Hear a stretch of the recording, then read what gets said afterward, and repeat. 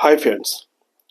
आइए हम जानते हैं कि जब भी एक कंपनी का नेम चेंज किया जाता है तो उसकी क्या प्रक्रिया है, और जब हम एक कंपनी का नेम चेंज करते हैं तो उसमें समय सीमा कितना लगता है, उसके प्रोसीजर क्या है और उसमें क्या क्या वर्क आपको करना चाहिए।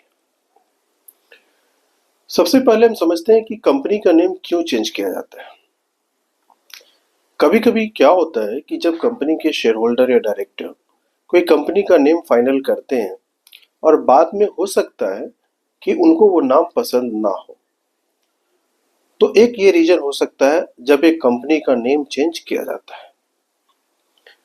दूसरा भी कारण हो सकता है कि अगर आपकी कंपनी का नेम कहीं पे ट्रेडमार्क से मैच करता है या नहीं, अगर मिलता जुलता भी है, उस केस में कोई और क्लाइंट ने और पार्टी ने और ट्रेडमार्क रजिस्टर्ड पर्सन ने आपको लीगल नोटिस दिया है कि आप अपना कंपनी का नेम चेंज कीजिए, तो उस परिस्थिति में भी आपका कंपनी का नेम चेंज करने की जरूरत होती है।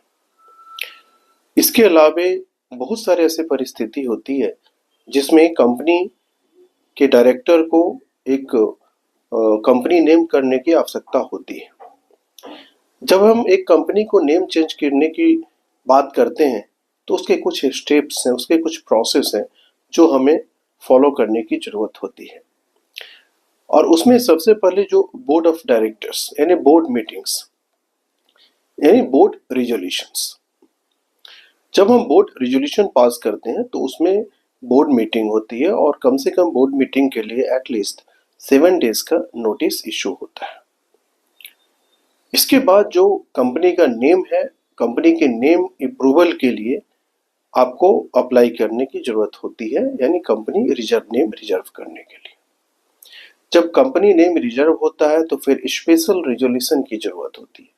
जब हम स्पेशल रिजोल्यूशन की जरूरत की बात करते हैं तो उस केस में आपको कॉल करना होगा एक्स्ट्रा ऑर्डिनरी जनरल मीटिंग, और उसमें जो टोटल शेयर होल्डर है उसके 3/4 ऑफ द शेयर होल्डर जो है वो आपके डिसीजन में फेवर करे, मेजोरिटी ऑफ डिसीजन 3/4।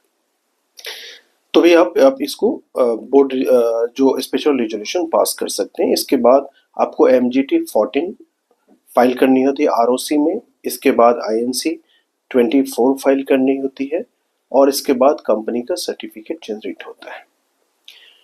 तो जब हम MGT 14 है उसमें आपका जो AOA है, MO है, ये सब चीजें अल्टर करके फाइल होती है। To get more information please subscribe.